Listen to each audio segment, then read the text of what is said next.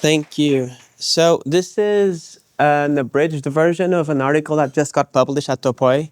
So if you have thoughts on it, they're still welcome because it will also be a chapter of my PhD. So um, it will be good to hear from you. So I titled it "Microbiology and the Causal Closure of the Physical" because this is a conference on the life sciences, but the article itself is on allomorphism. So allomorphism is basically this Aristotelian idea, goes back to Aristotle, that things are composed of matter and form. It has been making a comeback in contemporary philosophy. So you have people like Catherine Kozlicki here and William Jaworski below her that defend the view. And in recent years, Howard Robinson, who was a professor of mine at Central European University in Vienna, he wrote two articles against allomorphism that became somewhat famous, but no one really responded to them. And the basic point that he made is that allomorphists claimed that their proposal was coherent with the causal closure of the physical, but that cannot be so. The reason is, since Aristotle, allomorphism is basically the idea that things are composed of matter and form. These philosophers usually conceive of form as structure, and if the world is causally closed under physics, there's nothing for structure to do. Matter, let's say, will do everything. What's left for structure to do? That's not spooky. That's basically Robinson's argument. So I formulated it as such. We can go through it. Basically, what it says is that the causal closure of the physical requires all forces to operate at the fundamental physical level, and these will provide a complete causal explanation of the matters distribution. From this, we get a sort of first conclusion, which is that under physical closure, there are no additional structural forces at higher levels. So there will be nothing at higher level contributing to the distribution of matter. Then he tackles the allomorphist claim that structure is causally efficacious, and he says that if this is so, then then structures must exert forces that make a difference to the distribution of matter. Therefore, under closure, higher level structures are not causally efficacious, for they exert no forces beyond the fundamental forces of physics, or whatever is at the bottom level. Then he just states the Eleatic principle and says that, therefore, under closure, higher level structures are not part of concrete physical reality. They are at most useful when it comes to explanation. So we appeal to structures, but they are not causally relevant at all. The allomorphist requires structures to be a part of concrete physical reality, not just conceptual. Therefore, modern allomorphists cannot accept both premise 8 and the causal closure of the physical. They go against each other, and because of that, allomorphism is incoherent. So, am I going to defend allomorphism here? No, so not really. My point is just to assess what Robinson says about causal closure and what closure is supposed to require. And he also treats causal closure as this very basic principle that all philosophers and philosophers of science accept. But I think that his view of closure is too strict, and there are various examples from the sciences that show that this cannot be so. So one of the things that's interesting is that in my rendering of the argument, I never actually talk about the causal closure of the physical, and that's because Robinson never does so. He never defines causal closure, even though it's very important for his argument. And this is very problematic because depending on how we understand closure, different things will follow. So what does Robinson say about closure? I gathered some passages, and this is basically it. So first, he takes closure to require bottom level force operation. So all forces, the fundamental physical forces, are all the forces that are in the world. There are no like vital forces or weird forces.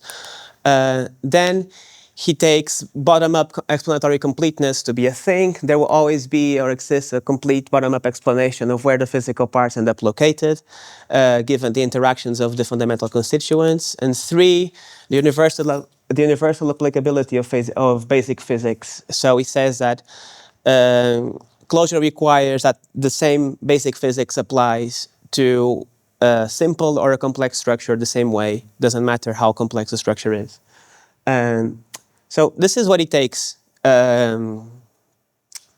closure to mean. And these three conjoined together make for a very strong causal closure principle. So not just the usual understanding of closure. So for instance, when we say that all forces operate at the bottom level, this goes beyond the standard statement of closure, such as every physical effect has a sufficient physical cause, which doesn't necessarily exclude higher level physical properties from being those sufficient causes. So Robinson is very strict in his understanding of closure. It also demands not merely that physical processes are causally complete, that is not supplemented by non-physical forces, so something like vital forces in the early 20th century, but for them to be complete at the most fundamental level, which is also very strict. So this is not just a causal of the broadly physical, as David Yates has defended, it's a very strict causal closure principle, which kind of begs the question against the Aristotelian or against the allomorphist, right? If this is a very strong principle, why should he even accept Robinson's formulation of it if it just defeats his own proposal from the beginning? So Robinson's reasoning may seem question-begging. If from the start we say that all spatial temporal and causal relations only occur between basic physical entities, then it will follow that form or structure plays no relevant causal role, but this will not be substantive at all. So why even accept this? So Robinson has this rather stern response, which doesn't seem that compelling at first, but I think has something going for it, which is, he says that abandoning closure means abandoning modern science, and one may salvage allomorphism by doing so, but the resulting outcome will not fit nature as we now understand it. And I think he has a point. It's undeniable that the successes of modern science come in great part from a general repudiation of Aristotelian science and philosophy, and from ditching formal and final causes and explanations in terms of this bottom-up approach to the natural world. And there was indeed a methodological triumph of the reductive approach, which provides at least prima facie good reasons for believing that closure is not a baseless metaphysical postulate. And in these books, I'm not sure how to pronounce his name, Gillett? Okay, so Carl Gillett. In these two books, the Cambridge Elements is basically the shorter version of the bigger blue one, has tracked down all these debates between reductionists and emergentists. And he has argued that the debate at first was surely won by the reductive side or the reductionist side, to the point that basically everyone now concedes that things are composed of smaller elements or parts or forces. He calls this everyday reductionism. So everyone basically accepts that everyday reductionism, but he also believes that we are now going through a second phase of this reduction emergence debate, where it's not as clear that the reductionists will win this time. And for the second round of the debate, everyone kind of accepts everyday reductionism, so the idea that things are composed of smaller forces. The question is just whether or not we can fully explain higher level activities in terms of the lower level. So one famous example of the losing side is the vitalists. So people like Driesch posited uncomposed and fundamental biological forces or energies, which would somehow supplement the forces of physics. These would be uniquely biological forces or vital forces. And basically, this was disproven across the 20th century. We were able to provide reductive account of what was going on here. It turns out that the digestion, for instance, is not as strongly emergent as people thought it was. And from this, Gillett argues that there was a generally comprehensive empirical victory for the everyday reductionist side, which is, I think, one of the great motivators behind Papineau's, for instance, argument from fundamental forces and this argument from physiology for physicalism. The argument is basically that we never found any further fundamental forces, so physicalism has to be generally true.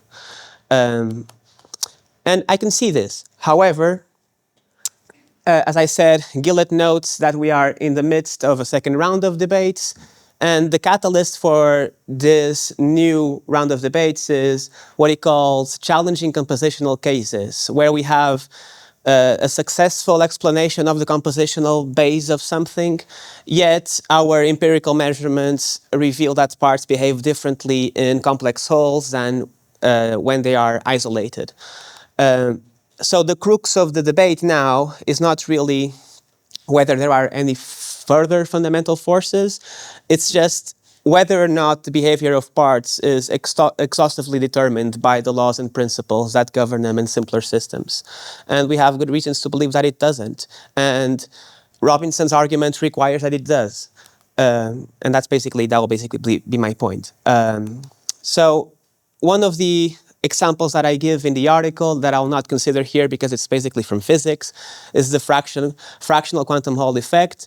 And the reason it's relevant is basically because it provides this case where we have a completely specified microscopic Hamiltonian.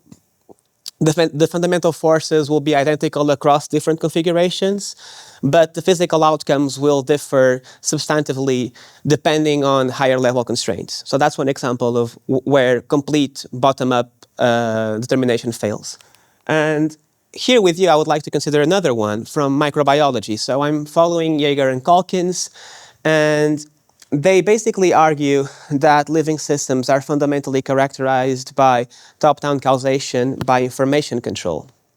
And what they mean by this is that higher level functional requirements, so the requirement of a cell as a whole, for instance, select and constrain which molecular configurations at the lower level, I keep talking about levels, so this is mostly analogical, are viable at that level.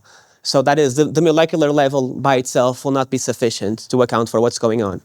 And this case is interesting because we have everything that Gillett requires us to have. So first of all, we have compositional completeness. So that's not in question. We know the molecular basis of what's going on, or at least we kind of know it. We don't know it fully probably, but we know we know sufficiently to describe it in molecular terms. The operating forces will be identical across configurations, so there's no need to appeal to vital or biological forces. And yet, the functional outcomes of what actually happens is determined or are determined by higher level constraints, which in this case are mostly informational or organizational. So not the microphysics alone or not the bottom level alone. So they give this example of what they call the COS or COS, the cellular operating system, which they take as basically as collectively describing these integrated cellular processes of both DNA replication, tRNA maturation, all of these features.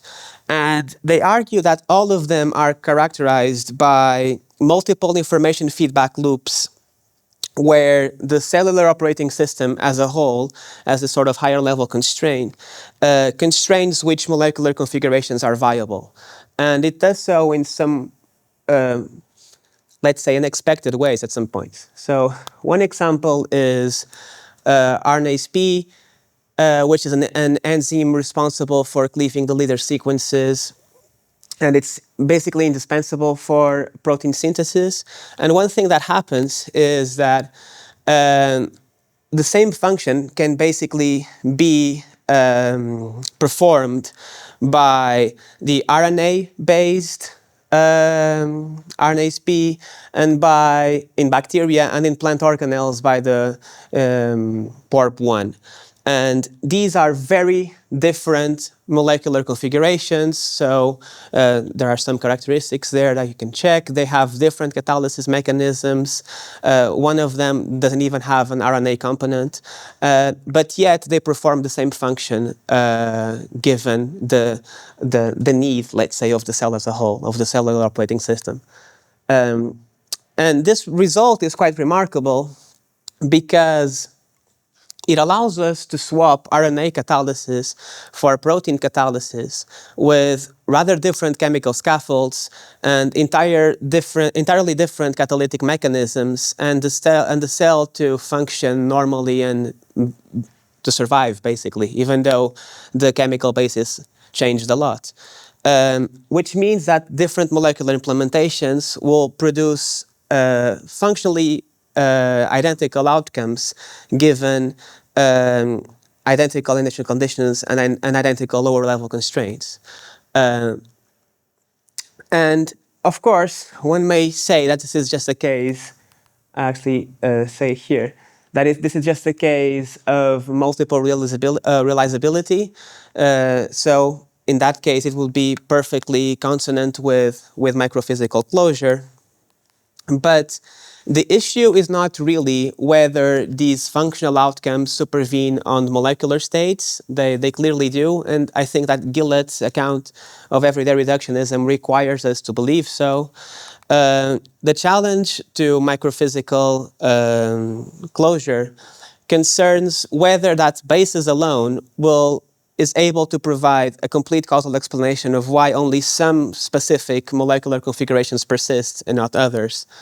And explaining this, why, for instance, the RNA catalysis and protein catalysis are both viable while other chemical reactions are not, even though they could in principle do the same job, requires referencing the higher level system, cellular operating system, and this higher level functional architecture of the cell within which the molecular mechanisms operate.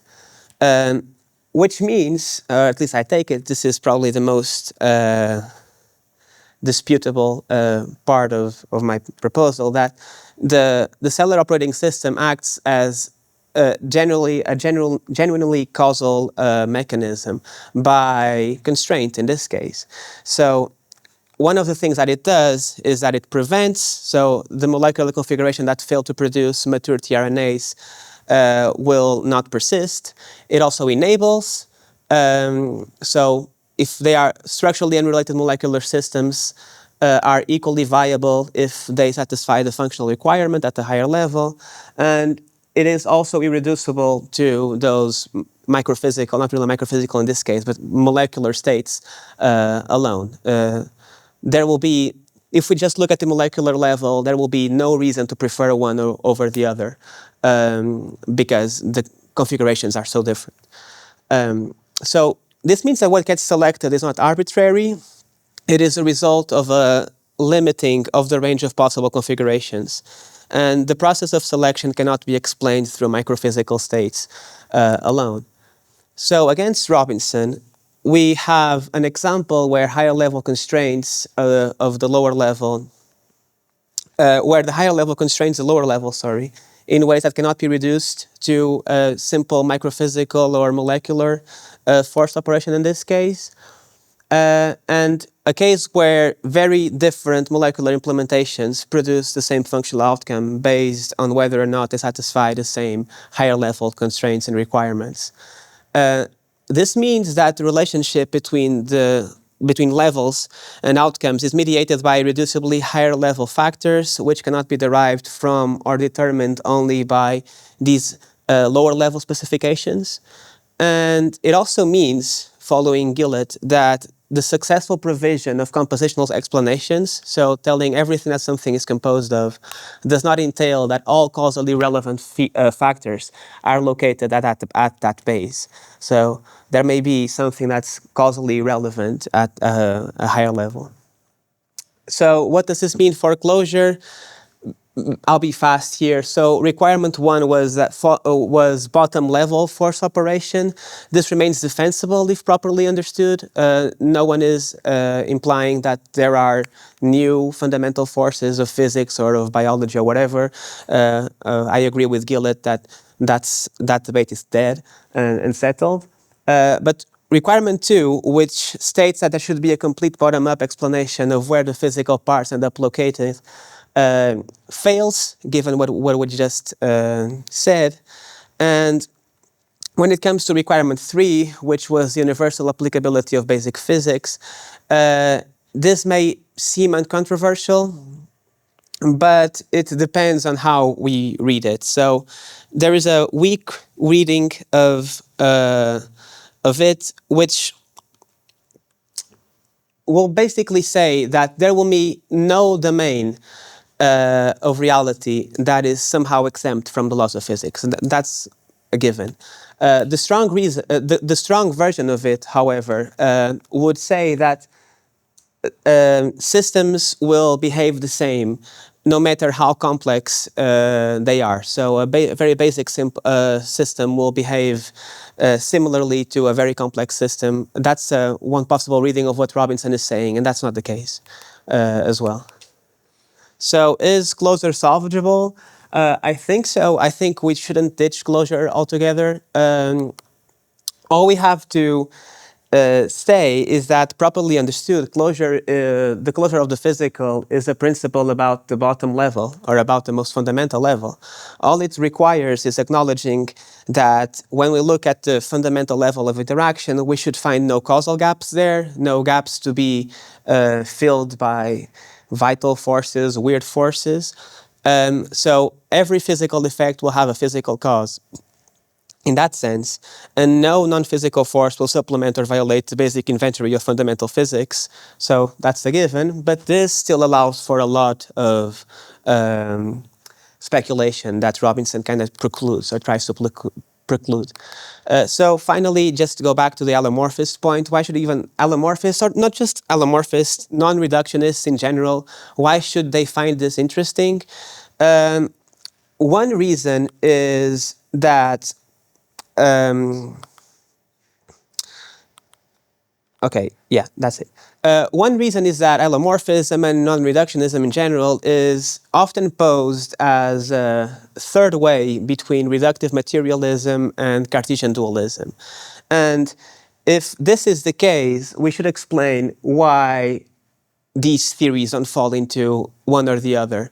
And I think that defending a sort of closure the way I did allows us to do that, because it will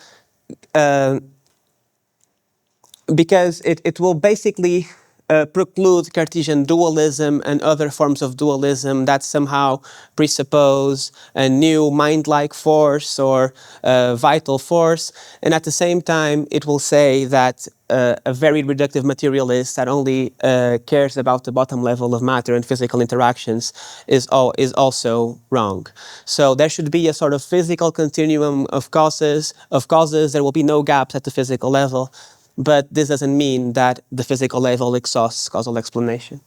This can also be understood in terms of act potency, in terms of Aristotle. So this is something that I'll probably develop in my thesis. So we could see the fundamental physical laws as providing the space of physical possibility, and higher level organizational constraints and structures as determining which of the possibilities are actually actualized. And this will be consonant with the physical level being closed. Everything will have to be consonant with or continuous with physical causes. And that's it. Thank you.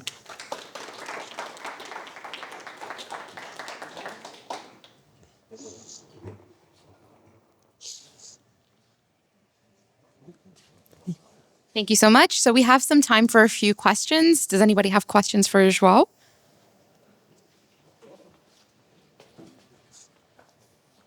Perfect. Thank you so much. Thank You you. covered a lot and very clearly. And I feel very much on board with and sympathetic with the project.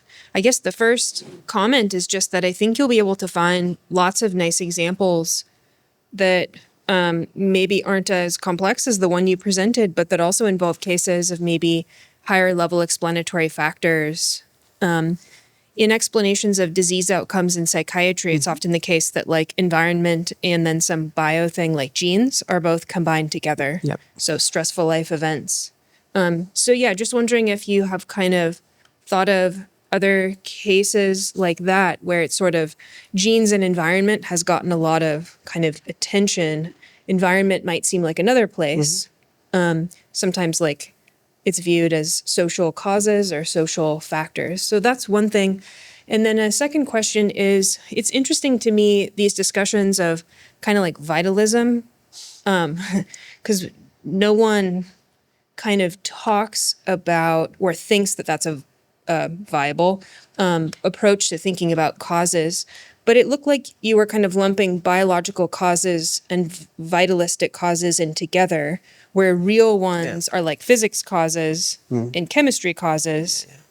But do you, are you on board with thinking that there are like legitimate causes at the yeah, of scale of course. biological? Okay. Yeah. Yeah, So yeah. that's the No, second. I probably framed things incorrectly, or I misled you in the way I thought I talked about it. So, what was the first question again? These other cases where Oh yeah, you could okay, yeah. arguably say they fit. So in the actual article, I mentioned a lot of other literature that could also work as an example. The reason why I chose these two, so the fractional quantum Hall and the cellular operating system examples, is because I wanted to use the ones that would seem most strongly causal and not just explanatory to make it work. Because so one of the things that Robinson says is that appealing to higher level structures can be useful. And I wanted to show that it's not just useful, it probably tracks real causes. And in the case of physics, I think it's the best one. But even in this case, I think it's hard to say that the cell as a whole is not causally influencing its components. It's not just explanatory. It's actually tricking, and we can actually see that in the laboratory and that happening. We change something at the higher level, and the lower level changes as well. So that's an example, and I think that responds to the second question as well. I do think that there are legitimate biological causes. What I wanted to make sure was to argue that these causes will not be further forces.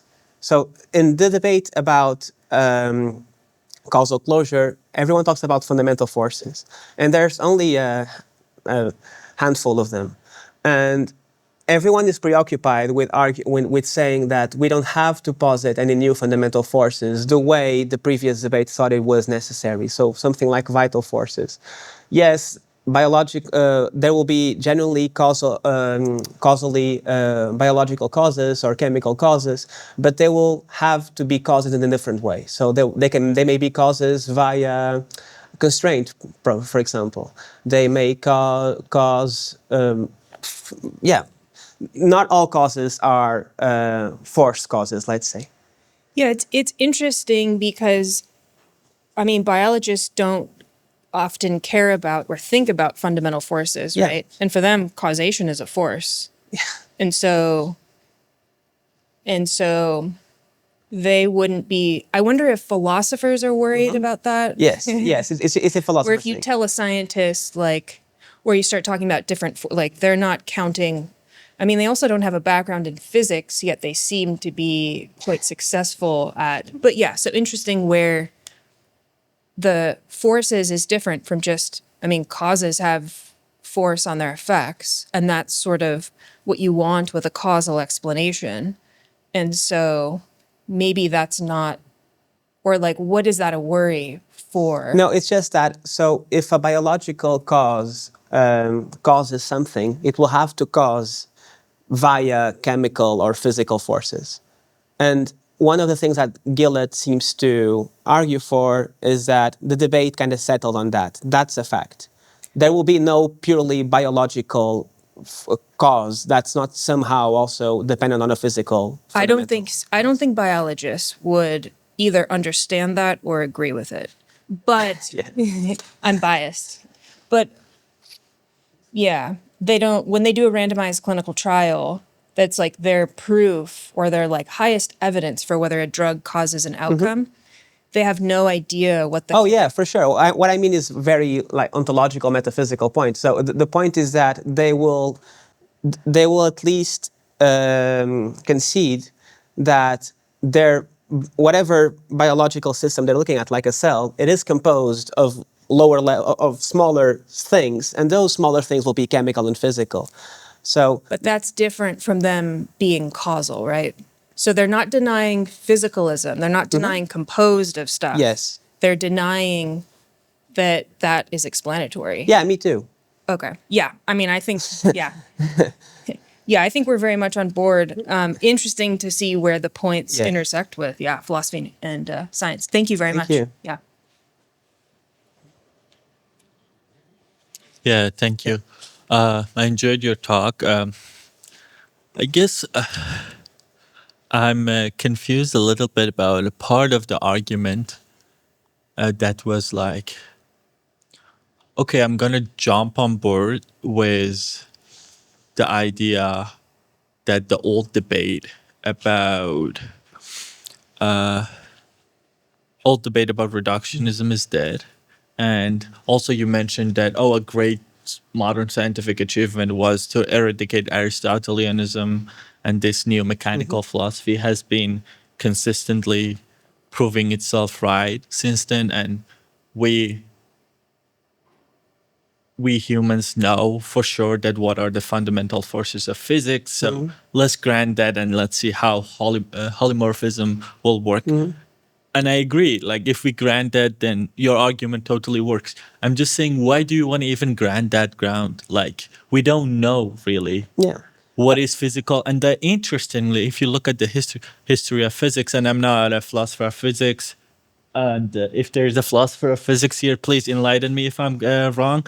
But the first person to teach the principles of mechanical philosophy was Newton himself. Like Yeah. when he Gravity. posed action at a distance and gravitation, he was like, these are occult properties of the medieval philosophy, but I have no idea. Like, we have to do something. And since then, what we define to be physical has merely been what our latest physical theories tell Yes. us to be physical. And like even today, like in astronomy, we talk about dark energy, dark matter. That's principally saying that we don't know. And the idea that this evolved species on this planet thinks that they figured out all the fundamental forces of the nature of reality is mind blowing for me. So if we say the principle is a principle of physical closure, cause a physical causal closure, if we add the physical and say we don't know what is physical, and whatever explains and whatever it theoretically helps to our theoretical understanding, we will pose as helpful, and we will, like, at biological level, there are things that help us to better understand stuff. So we commit to them as much as we could, and then we will be open to revise them. What do you think about that? That we don't have to even grant that the causal closure works because we don't really know what is physical. Yeah. It's not given to us. Yeah, I agree. That's a fairly common criticism of causal closure. There's this article by Tim Crane and Youth Meller that basically says that. So Tim Crane and Meller have this article. I can give the article to you, where they basically argue that one of the problems with the idea of the causal closure of the physical is that if we mean present physics, then we don't have it. We don't have a complete physical theory yet. So that's a problem. If we mean future physics, then who knows what future physics will say. So that's a famous dilemma here. The reason why I grant all of this, and I also I don't even believe in everything that I granted. I want to. I want to revive Aristotle in many ways, so I don't think the victory was as overwhelming as I made it out to be. But the point is that even if we grant all of that, Robinson argument fails. And still, I think there is something to be said for Gillett's argument that indeed there were some specific things were settled during the 20th century. One of them, for instance, is that in order to explain digestion, you don't need specifically biological forces. You can understand digestion in chemical terms, and that the fact that we were able to provide a compositional explanation of what's happening during digestion already settles a little bit of the debate, at least, which is this basic point that things are composed of smaller things, which ultimately trace back to physics. So we should try that our theories are at least coherent with that, even if we want to go beyond that, as I want to. Thank you. Great. Thank you so much, everyone. So now